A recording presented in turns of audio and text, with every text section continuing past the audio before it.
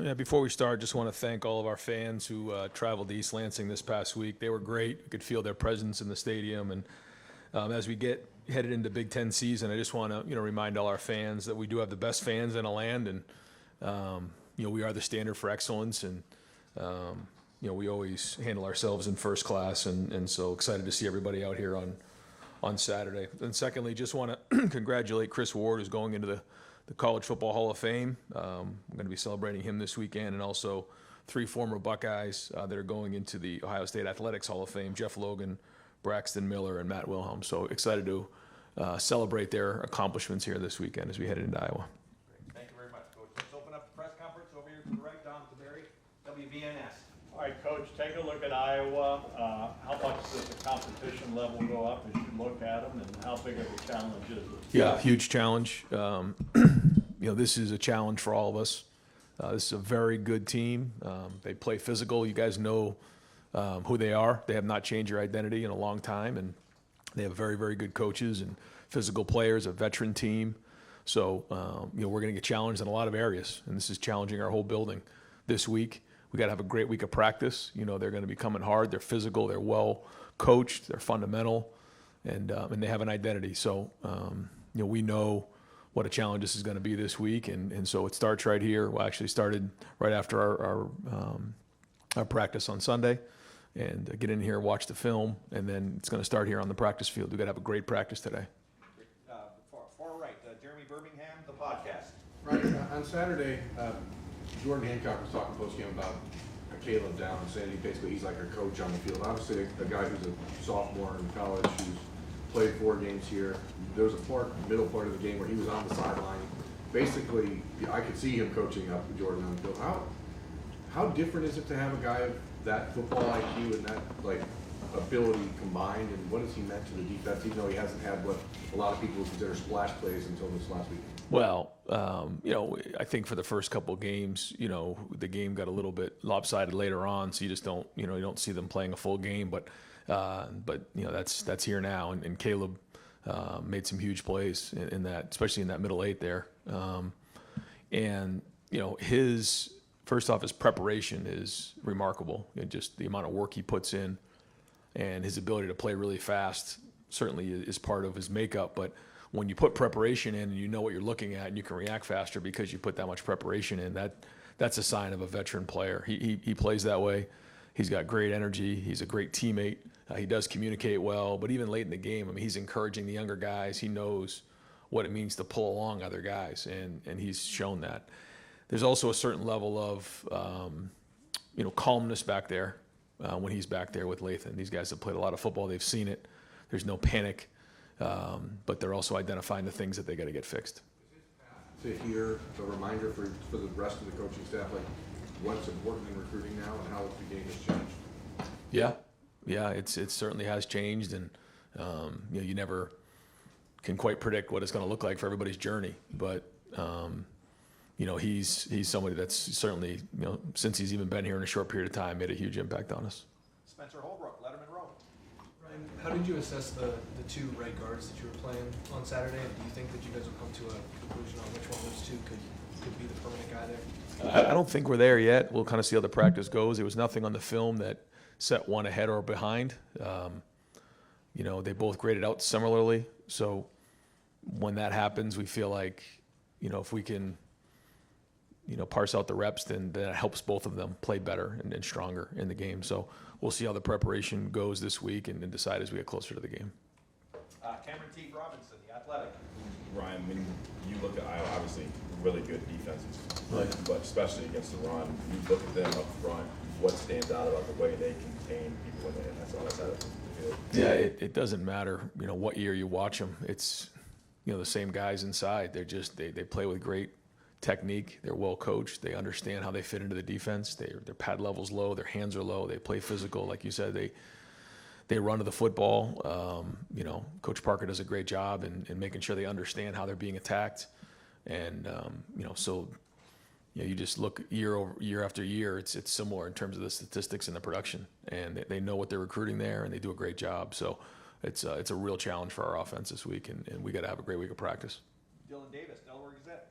Brian, do you think Sonny Styles is settling at linebacker quite at the rate that you thought he would at this point in the season? I know it's still early, he's still early. Yeah, I think he's made that transition pretty rapidly. You know, that's a big move to go from safety to linebacker, and you're seeing a lot of great things there. But, you know, anytime you're doing some things for the first time, you're learning as well, but he's learning fast.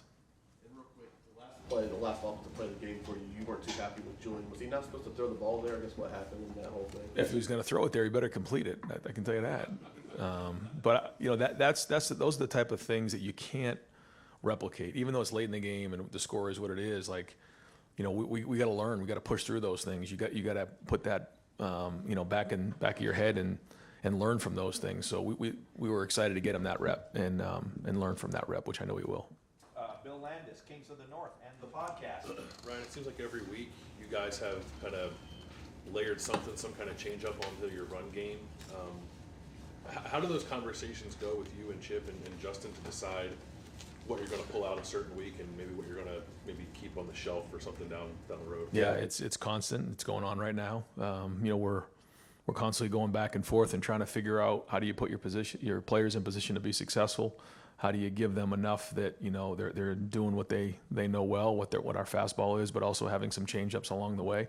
And when you're playing against a defense like this, you know, you better line up and play and know what you're doing. So it's that back and forth of trying to figure those things out, and I think that's part of the art of putting a game plan together. But ultimately, it comes down to what our players know and what they can execute, and that's what it comes down to. And you know, a couple of those plays were executed well, but you know, again, you know, bigger challenge, you know, really stout defense this week. So it's going to come down to our guys, you know, winning their one-on-one battles and executing them at a high level.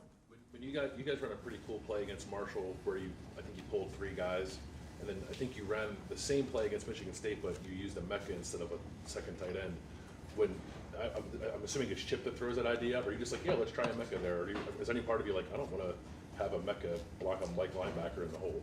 It sounds like you're sitting in our meetings. Those are all part of the conversation, and there's pluses and minuses to all. But like for a Mecca to do that, make that block on a linebacker, and then come back and pin, you know, the nickel the way he did, and then he was more excited about that. I don't know if you saw him on the field. He was fired up after that play when Jeremiah's scoring. You know, so he's 20 feet away blocking a nickel. Jeremiah's scoring a touchdown, and he's over here like, you know, just celebrating. I mean, to me, that's winning football. And again, he had some really big plays again in this game, but he does all the dirty work, and that's a sign of a really good player and a really good football team is when guys are willing to do the dirty work. And that's an example of you know, not a lot of you know, wide receivers are going to go in there and stick their nose in there like that. The play wasn't necessarily designed for him to block a linebacker, but you got to clean the thing up on the way up, and that's what he did. Pat Murphy, 24/7 Sports. Ryan, the last 2 weeks you guys have allowed the opposing offense to move in the first half, score some points. Second half adjustments seem to be working. How do you balance knowing what you want to know going in and getting those stops in the first half versus, hey, we're doing a good job of figuring it out on the fly and shutting things down? Yeah, and also, like you said, not giving up, you know, X plays and long drives for touchdowns. I mean, that's part of it too as we go into it. I think going into this game, I think on our numbers we were like 11-3 or 10-3 in terms of X plays, you know, offense to defense. And when you're doing that, you're going to win a lot of games. I think the turnover battle was 3-1 in the last game.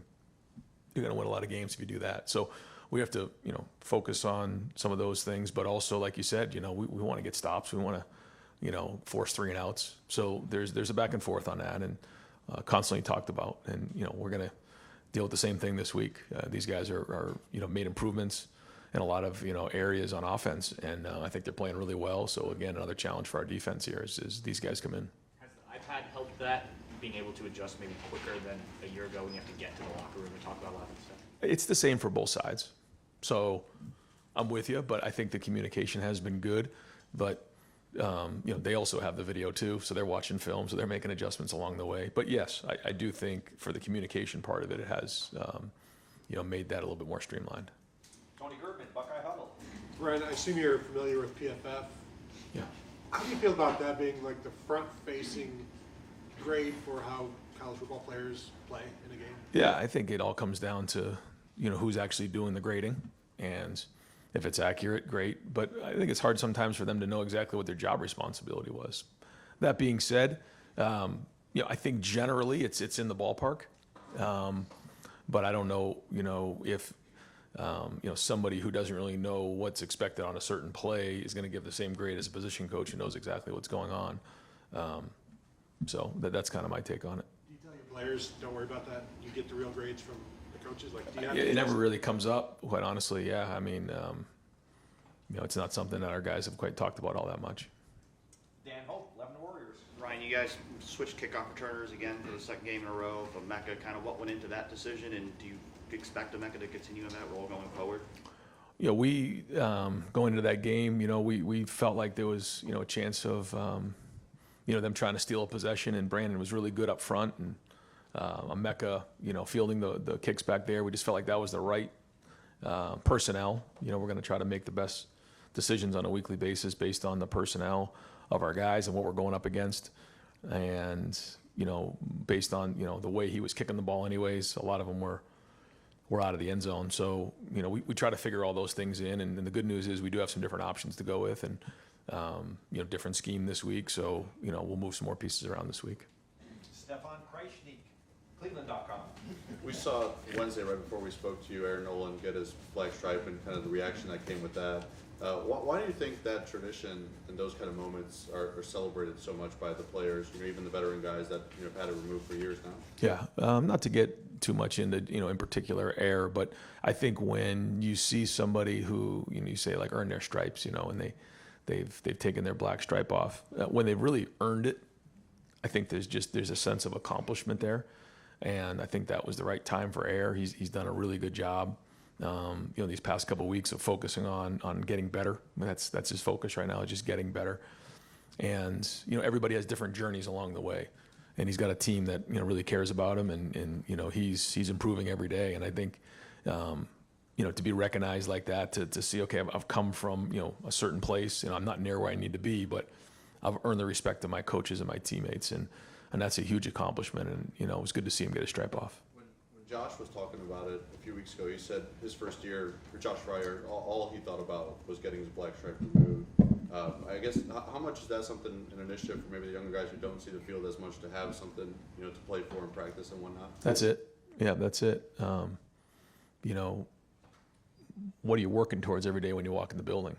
And it's easy when maybe you're not seeing the field very much to get caught into a rhythm of just kind of going through the motions. But these days can be long, but the weeks go real fast, and before you know it, the season will be over, and you got to have something to show for it. You got to see some improvement along the way, whoever it might be. And so you got to maximize every day. And sometimes as a young player, that's not always easy. But we try to find different ways. After Sunday practice, we keep some of the guys out for some extra work who maybe didn't get work during the game. Today, an inside drill, the threes will get their reps in front of everybody, So, but the scout team looks are very, very important as well. And they're going to be even more and more important as we start getting closer, to the end of the season. So, we got to see improvement, but good to see, those guys continuing to get better and having a great attitude when they walk in the building. Joey Kaufman, Columbus Dispatch. Ryan, the situations, these are all different, but you went for it on fourth down a handful of times. It was at the 3-yard line, and then your own territory, then the fourth 5-lead touchdown in Mecca. But what's your level? What's the thought process in those situations? What's the level of comfort in going for it on all those plays?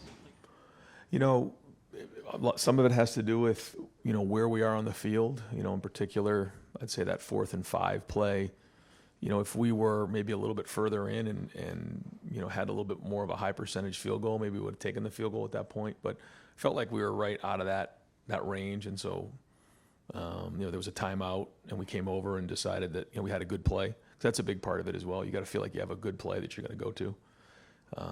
The 4th and 3 down in the 3-yard line, I felt like at that moment, 7 points was way more important. And even if we didn't get in, the ball's on the 3-yard line, and if we can get a stop there, then we get the ball back at midfield. So, every game, based on the score, based on how things are going, you got to take those things into consideration. We do have, analytics that in that moment, I'm getting information on what the chart says and what the statistics say. But, sometimes you got to just, trust your gut, trust your team based on a lot of different scenarios.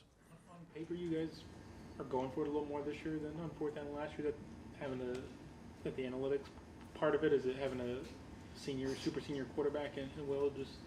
Yeah, I think it has to do with the situations and being aggressive right now and trying to get as many plays as we possibly can in these games.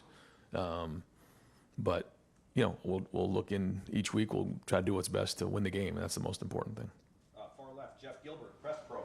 Ryan, progression of Jeremiah in this offense, what are you seeing from defenses realizing this guy is a guy we have to stop, and is there an evolution of they're doing more and more things? I think that's the tricky part right now is, how much can you do because of all the other things that are going on, and that's the idea of putting stress on defense. But there's no question that people will know where number 4 is when he's on the field. Rob Aller, Columbus Dispatch. Ryan, you said you hold your quarterbacks to an especially high standard. It seems like Will Howard's done everything right. A few mistakes here and there in decisions. To the somewhat untrained eye, it looks like sometimes he locks onto receivers. Is that something that needs to be developed? Do you guys see that? Is that off the mark? And how do you develop that? I don't know. I haven't recognized that just as something that continues to show up. But I think certainly on the interception, he could have moved on. There's no question about that. Yeah. So, that's trust in your drop, trust in your eyes, and, making sure your eyes are in the right spot. But there's times where he's found himself back on 3 and 4, and it may not seem like it because his eyes quickly went back to 3-4. And that's a big part of working progressions is, okay, I have 1 and 2 over here, but what are my eyes telling me? If my movement key or whatever my key is for that play tells me I'm working front side, great. If all of a sudden I see something over here that tells me I'm backside, then I'm backside. So the idea of moving on from like 1, 2, 3, 4 really comes down to your eyes, and then based on what the play is. I mean, sometimes it's pick a side. So, I'm working over here versus certain coverage, man or zone, 2 high, 1 high, or I'm working over here. And so, based on, what the play asks us to do, sometimes it's throw the ball to him. That happens sometimes. So, there's a lot that goes with it. But to answer the short answer is, when we're talking about moving through progressions, it really comes down to your eyes and where you're looking. And that can really get you through the progressions a lot faster. Unrelated, is this schedule about as good as you could have dreamed up in terms of progression, or would you rather see a power team early? I mean, you've kind of built through these 3 teams, and you have Michigan State, then you have Iowa before Oregon. I mean, it seems pretty set up for you. I think after the season, you probably will be able to sit back and look at it and evaluate it a little bit more. We're like so in it right now, I think it's hard to tell. But I think it's a legitimate question because I think it is a very different feel than maybe the last couple of years. But it's not changing how we approach it. It's just, like you said, a little bit of a different feel. So probably too early to tell. We'll focus on this game and try to win this game and continue to do that, and then kind of come up for air at the end of the season and figure out where we're at. Yeah. Andy Backstrom, Letterman Row. Yeah, Ryan, it looks like Will Howard's up about 15% in those intermediate throws from last year. Is this what you kind of expected and envisioned with his development in terms of accuracy, and how much does that factor in for that 4th and 5 decision to go for it, comfort level? Yeah, it's a big. I mean, both of those 4th down throws were both really well thrown against man coverage. Just where only G could catch it and really Mecca could catch it. I mean, those were contested throws that you want to give him those opportunities. I'm sure he's done it before, but it's for us to see him do it here for us is different as well. So. Those are big, and then the protection was huge. The guys up front I thought did a nice job in protection. Travion was big in protection. So those are all challenging plays where you got to stand in the pocket and you got to hang in there and make those throws. So good to see him make those and build some confidence on that. Deep right, Andy from WBNS. Ryan, when you look at, you talk about Travion and blocking, you talk about Mecca making a big play. How much have you seen those plays grow for your team? And how much do those build a championship team? Not necessarily the one-hand catches, not the great throws, but the behind the scenes. That's it. It's the effort. It's the hard work. It's the dirty work. It's all that stuff. And that's a sign of a good team and a team that's playing hard and playing physical. And, Seth McLaughlin finishing guy into the end zone. That's the stuff that we constantly watch with our guys on Sundays. The effort plays. And we're going to need them this Saturday. But that's it. And that's being unselfish. You know, why are you playing so hard for your teammates? And we got to keep building on that. I mean, that's got to be a huge part of our identity this season. Has been so far. I mean, it's on the film, but we got to keep getting better at it. We need everybody to do it. It's actually Adam King from WBNS. Awesome Morning Podcast. Ryan, I think we've latched on to the fourth downs, but do you feel overall, even including Sunday to Friday, that do you feel like you're coaching more aggressively than you have from the last couple of years? I know that might be difficult to answer, Yeah. maybe not fair. I just wonder Yeah. if you feel that at all.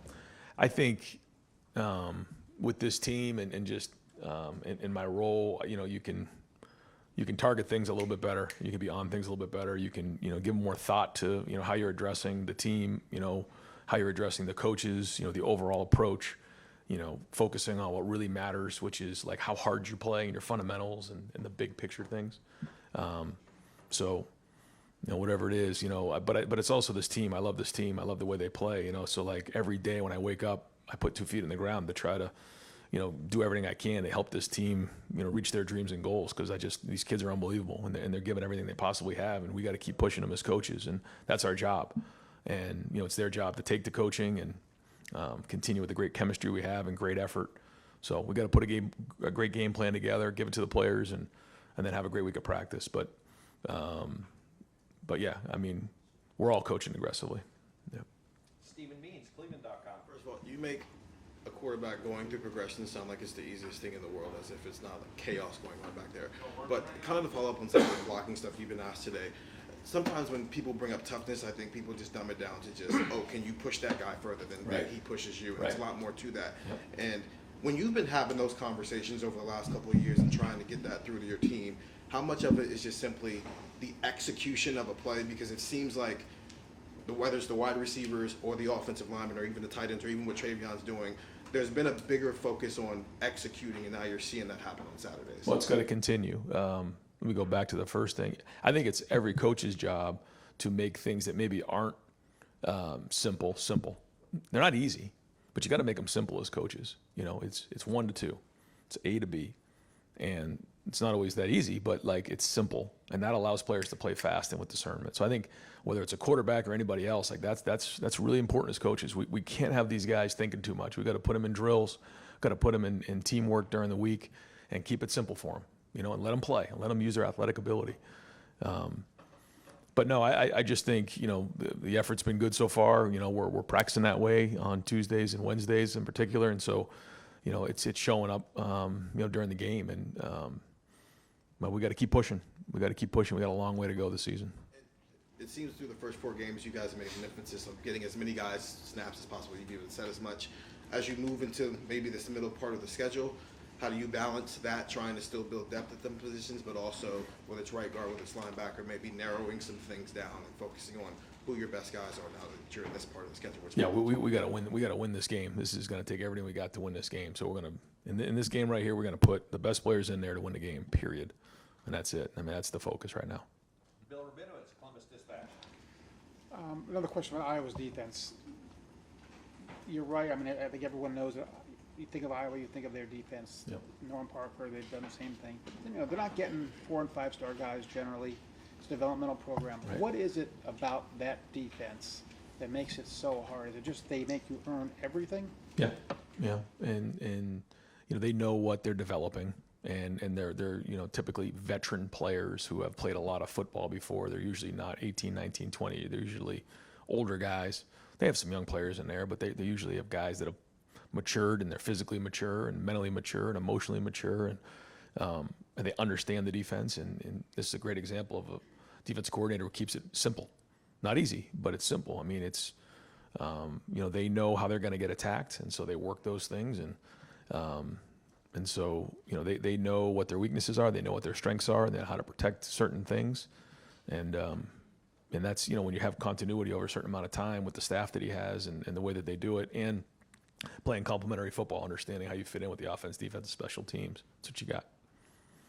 Could you imagine coaching in your 26th year at one place? No. And is it fun for you as a coach, as an X's and O's guy, to go against a defense like this?